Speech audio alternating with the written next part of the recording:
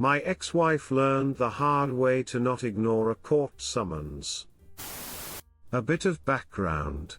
I was married to a woman for 15 years and ended up divorcing her because she liked to sleep with other guys.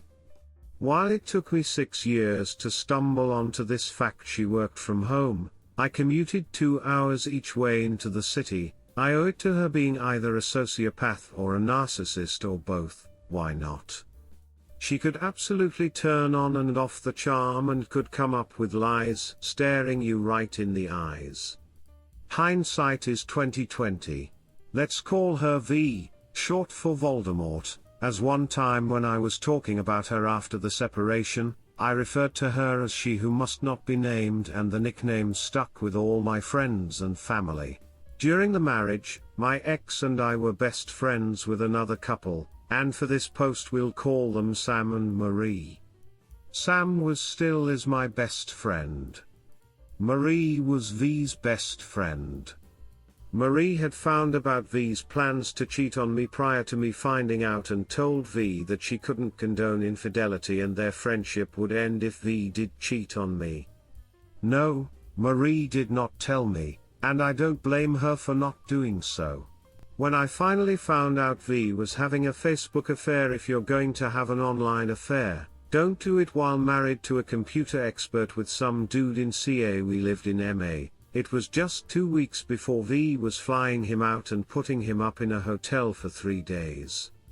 I spent those 2 weeks getting a lawyer, a pie and my exit strategy together.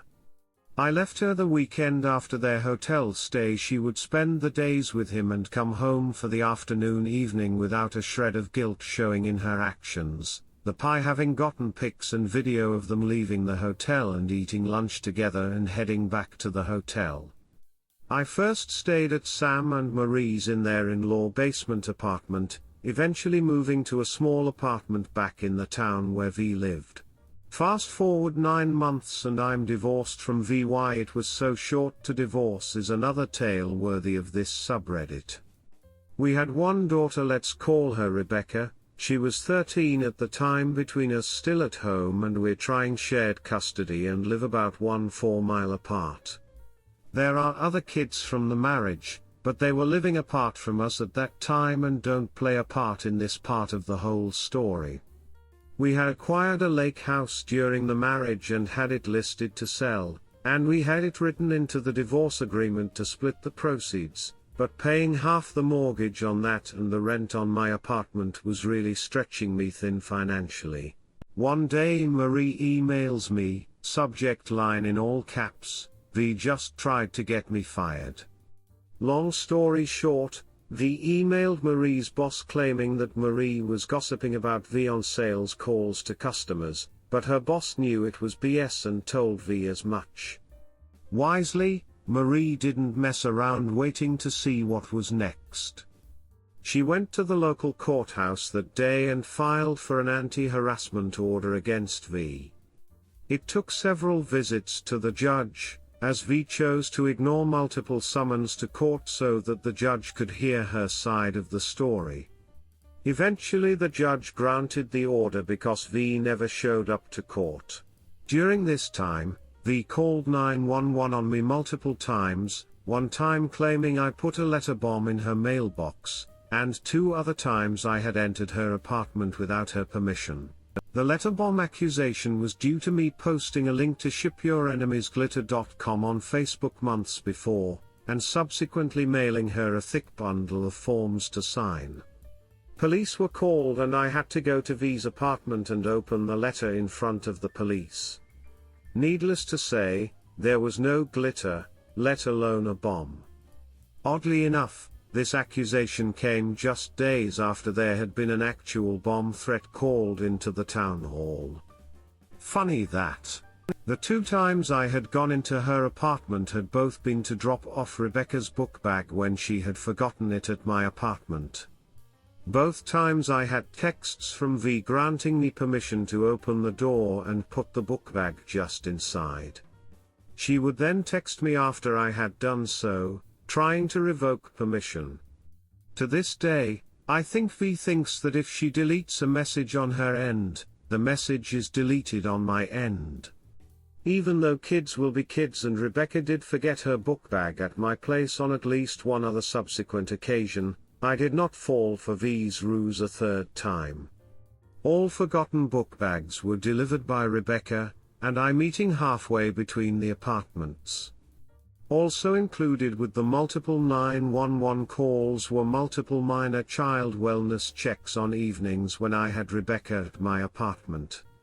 It's so much fun having to explain to your child why the police are showing up at 8 o'clock at night to check to see if she is okay. Basically, V was trying to get me frustrated and react badly. Throughout this whole mess, Sam and Marie have been lifesavers to me and Rebecca. Hosting and cooking weekly family dinners for us, they are Rebecca's godparents, and just being absolute rock steady in their support and tolerance of the situation. Around this time, V filed for sole custody. At the strong urging of my lawyer, I insisted on a guardian ad litem gal being appointed to represent Rebecca's best interests, her being a minor child. Of course, the parents must pay the fees of the gal. At this point, my finances are really getting worrisome, so I write an email to V saying we need to drop the price of the lake house and get that sold regardless of profit. I needed that albatross off from around my neck so I could continue to afford to live where I could co-parent Rebecca as well as fight the custody battle. So there I am, going deeper into debt, can't pay rent and mortgage long term, and V is starting another court battle for full custody. With no other choice, I move back in with Sam and Marie so I can continue to pay my lawyer and keep fighting. About a week after I'm settled back in with Sam and Marie, I hear from Rebecca that V's glass patio table was smashed the previous night. I was in NH that evening with witnesses, so it couldn't have been me. I was paying for Rebecca's cell phone and we have Life 360, so we could know where each other was at any time due to an earlier threat by V to take the two youngest kids and move to CA to be with the idiot from Facebook, plus it had history, so I could at least prove my phone was in NH.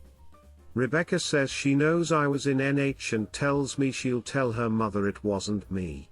The next day I was served with a restraining order claiming that I had vandalized V's patio furniture and that she still felt afraid due the letter bomb incident. The cops knew it was bullpoop, but the judge had no knowledge of the incident when V filed the row and had to take her at her word. The row was for 10 days and then I could show up in court and contest it being continued. The officer who served the row explained that he had to confiscate any firearms and licenses.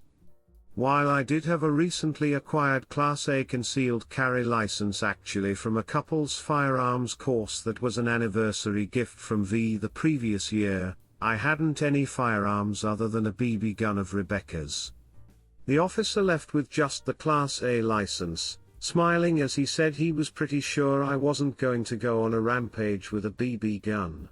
The first thing I did the next day was to go to the police station and request all incident reports that involved me since I left her. I knew of 7 incidents, but the desk sergeant informed me they had 19 incident reports from V. He talked to me a bit, clearly trying to get a feel for what kind of person I was, and just what was going on. We parted company with him assuring me that the patrol officers would now know what was going on, and the PD would do right by me so long I kept my cool. Fair enough. 2 nights before the court appearance to contest the row, Sam, Marie and I are sitting on their porch, drinking some beer and brainstorming about what I'm going to say to the judge. I'm a bit discouraged because I know it's going to be a he said she said situation, and I'm living in Massachusetts. If your chromosomes don't match, you are a second-class citizen when it comes to parental rights in MA. Plus, V deserves an Oscar for how well she plays the victim. It wasn't looking good. My only hope was if V decided the row itself was enough to make me look bad to the gal and not show up and let the row expire. Marie suddenly said, "Hey, let me see the row." I handed it over to her. "Hey, this is my judge. She's the judge that granted me the anti-harassment order against V." "You're kidding?" Sam and I looked at each other in amazement. "I swear it is." "Let me go get it." Marie goes inside and comes back a few minutes later with her court order. Sure enough, it's the same judge. My grin felt like it was going to split my lips. Now I knew exactly what to do. Now for the meat of the story. The court date to contest the row arrived and I'm there first thing, just me. No lawyer, because he had to appear in court elsewhere. I strongly hoped that V wouldn't show up, but she did, with someone other than her divorce lawyer, and before court was in session her new lawyer approached me and offered to let the no contact order lapse but wanted a do not abuse order left in place. I politely declined her offer, stating I had done nothing to warrant either order and that I wanted the judge to hear my argument. V's lawyer was taken aback by this a bit and then shrugged as if to say, "It's your funeral," and walked back to where V was sitting. We went in front of the judge and V told her side of the story and I started telling mine, introducing all the incident reports from the police department, but V and her lawyer didn't have copies of all of them, so the judge sent us back to the gallery to await second call while V and her lawyer reviewed the reports. When we were called back, the judge started to go into the content of the police reports and I stated that the content was almost irrelevant, but she insisted on going through them. During that V emphasized the two incidents where I briefly entered V's apartment with her permission, but she characterized them as me doing so without her permission. I said that if necessary, I would be able to provide the communications where she gave me permission, but I didn't have them with me today. When going through the first police report from the night I found out about the online affair wherein V claimed I had brain lesions, V also tried to characterize me as having multiple personality disorder as told to her by our shared primary care physician. The judge asked her with no little incredulity, "His doctor told you this without his permission?" "Yes, Your Honor." The judge looked at me, puzzled. I shrugged and said while slowly shaking my head in disbelief, "I have a very close relationship with my doctor, and I highly doubt he would violate HIPAA." She looked a little nonplussed, but I think she got the message that V wasn't being entirely truthful. As that was the last police report to go, I reminded her that my point wasn't the content, but that I thought V was using the courts to harass and intimidate me and to make me look bad to the gal. And I brought up that this isn't out of character for V as she has an anti-harassment order in place against her, put there by Your Honor, Your Honor. The judge blinked at that bit of info. I gave her the details and reminded her that V declined to show up at the multiple hearings. As I recounted the particulars of Marie's story, the judge squinted her eyes more and more and her frown got deeper and deeper. She turned to V and her voice was slow cold fury. "Do you have an anti-harassment order in place against you?" V's voice was so small and weak. "Yes, Your Honor." I so wanted to look at V's face to see her reaction, but I kept my eyes locked on the judge. The judge pointed at V. "Why didn't you show up to the hearings?" A pause as V struggled to find some excuse. "Because I didn't want to associate with that." But the judge waved her to silence. I think that was the turning point, as I think she was going to grant their request for the do not abuse, but she turned to me and said sternly, "I think there is a bit of this going on both sides, but clearly she wants you to stay out of her apartment." "Never again, Your Honor." Restraining order terminated, and with a bang of her gavel, we were done. Because the row was terminated, legally that meant it never happened. I got my Class A concealed carry license back the next day and ultimately won the custody battle, a large part of which was the termination of the row, but also due to V's subsequent increasingly poor emotional and verbal treatment of Rebecca. Update: ex-wife tries to frame me for theft. She fails? At this point in the saga, having lost the custody battle, V is moving to NH to be with her then primary lover, now husband 5. A detail that amuses me to this day is that he shares the same first name as the FB lover from CA as mentioned in my first post. I always refer to them as Paul 1 and Paul 2 when talking about them. Yes, I'm easily amused. The incident. About a month after the custody hearing at which I got full physical custody of Rebecca, V and I had an email exchange in which we agreed that I would go to her apartment and take Rebecca's captain's bed and some of Rebecca's belongings the day before movers arrived to pack up Voldemort's stuff. She was moving 75 miles away to central NH, having burned pretty much every bridge in the area. As Sam drives a truck, he graciously agreed to come along to both help and to be a witness. So we get there around 7:20 p.m. and knock at the door. After a brief wait, V opens the door, iPhone glued to her ear. She sullenly mumbles something about her stuff is upstairs and then heads off to her second floor bedroom, weaving and mumbling something that made me stop and think.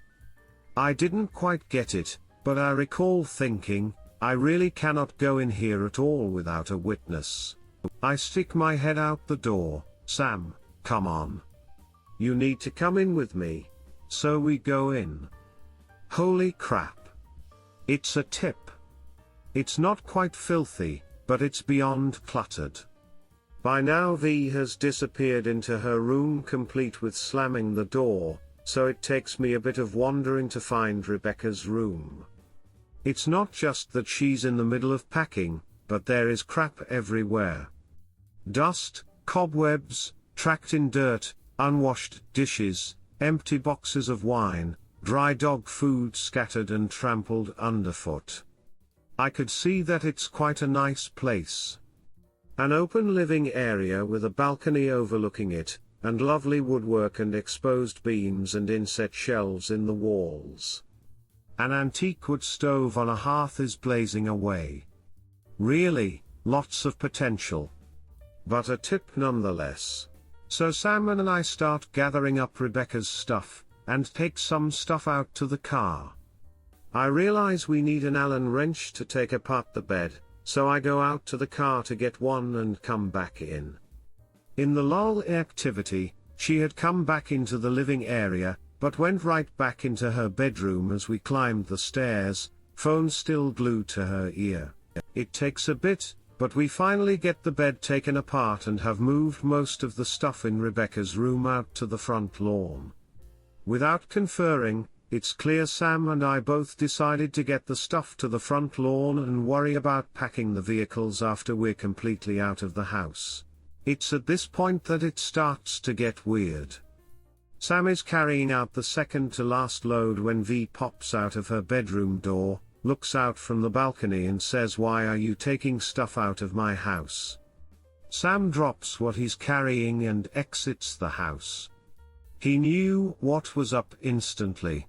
I come out of Rebecca's room and V clearly didn't realize I was still there and say, "You agreed via email that we would take Rebecca's bed tonight." She looks startled and says, "Is that Rebecca's stuff?" "Of course it is. You said her stuff was in her room." "Fine." She goes back into her bedroom. I take what I'm carrying and go outside. Sam says, "Dude, that's not right. We need to call the police." "You're absolutely right."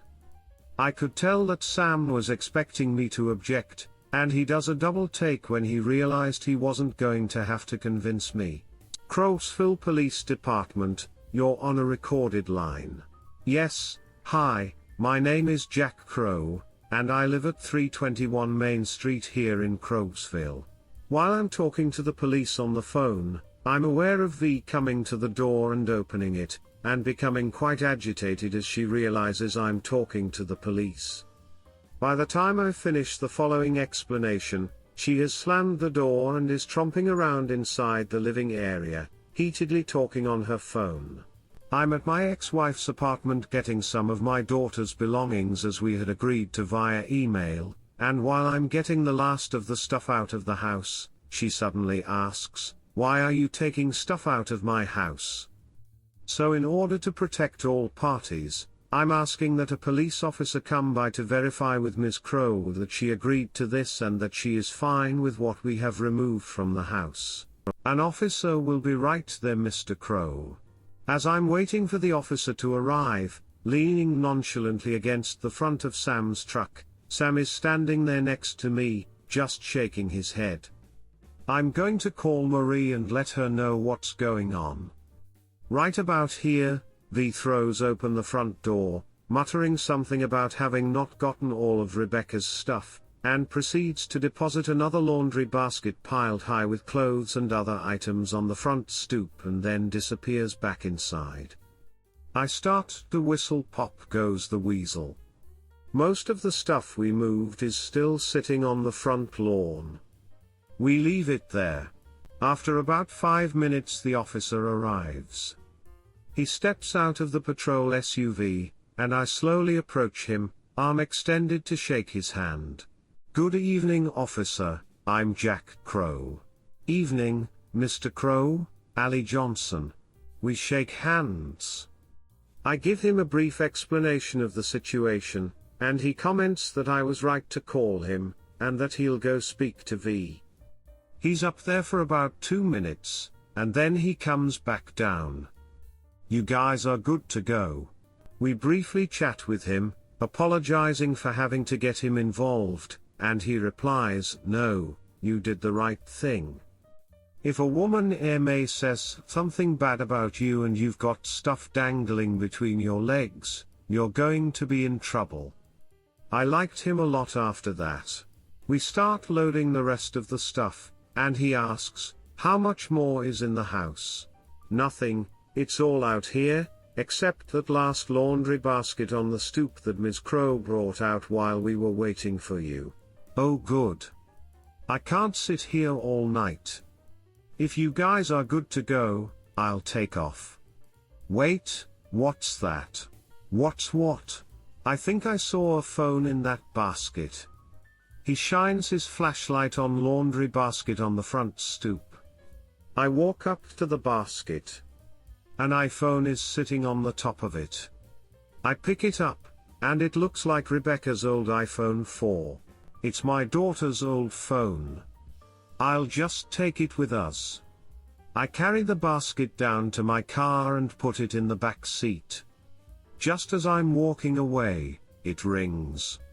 Incoming call from V's landline. I realize it's V's phone. I pick it up and answer it. "Hello." Click. I look at the front. There's a text from Paul 2 on the lock screen. Is he gone yet? Yup, it's her phone. Wait officer, I was wrong. It's Ms. Crow's phone. Could you return it to her? He takes it from me and returns it to V at the front door and walks back down to us. "Okay, you are still good to go." "I'm going to go now? If you could, swing by again in 15 to 20 minutes, if we're still here, you might want to pull in and make sure we're still okay." "Sounds good. You two take care." Not 5 minutes after he pulls out and while we're still loading stuff, V again pops out of the front door, phone glued to her ear. "Is the officer still here?" "No. Get him back." "Why?" "I want him back." "Get him." And back inside she goes. I'm briefly tempted to tell her, "If you want the cop back, you call for him."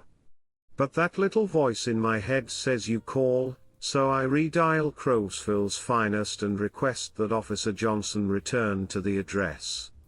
Again, Sam and I assume our waiting positions at the front of the truck. This is why I didn't want Rebecca here tonight. Good call. A few minutes later Officer Johnson arrives. Hey, Officer Johnson, long time no see. He grins at me. She just came out the front door just after you left asking for the police to be called. I'll go see what she wants. He goes up there and V hands him her phone. He talks for a few minutes, hangs up the phone, continues speaking with V for 20 more seconds and then returns to us. I look at him quizzically. No worries guys, you're still good to go. But I'm going to stay here until you're done. I continue to give him the raised eyebrow. She wanted to accuse you of trying to steal her phone, but I pointed out to her that I was the one to notice it in the basket you hadn't touched yet, and that you were the one to ask me to return it to her. Her boyfriend asked if you could be made to wait until Sunday, but I told him no, they've got 3 more things to load and they're out of here. Just finish up guys, we all want to get home where it's warm. We finished up and we all shook hands and got out of there. Redditors' reactions. Redditor 1, seems like she was trying to get you back after you won custody and divorced her. Your ex really is a monster, can't believe that there are people this willing to be nasty and evil. Redditor follow-up, I'm starting to think that V for Voldemort isn't fitting for her level of evil. I'd have gone with Umbridge. Edit, wow, Silver. Thanks. Redditor 2, your ex-wife is crazy. Redditor 3, why did you marry this scratchy hoe again? She annoys me and I don't even know her. Redditor follow-up, I'm betting she wasn't always like this. They were married 15 years and together before that. I know I'm not the same person I was 15 years ago. She either was always a bit of a bish that became an unhinged bitter monster at divorce time, or a complete monster that just slowly stopped hiding it over time. Redditor 4, not pro-revenge but good on you for being a few steps ahead of her in her attempts to sabotage you. Redditor follow-up, you should read the first post by Op. This is a continuation and a damn good addition considering how much of a roller coaster the story has been so far. I'm looking forward to more stories from Op. Redditor 5, seriously you should post the entire saga on our Just Know so people who are currently in the same SCT situation as you can learn from your unfortunately gained wisdom. And plus I want to hear the entire story from SCT start to nuclear revenge ending. Redditor follow-up, seriously. If I had considered who I was dealing with in my divorce like Op did I could have stopped myself from walking into a few of these setups.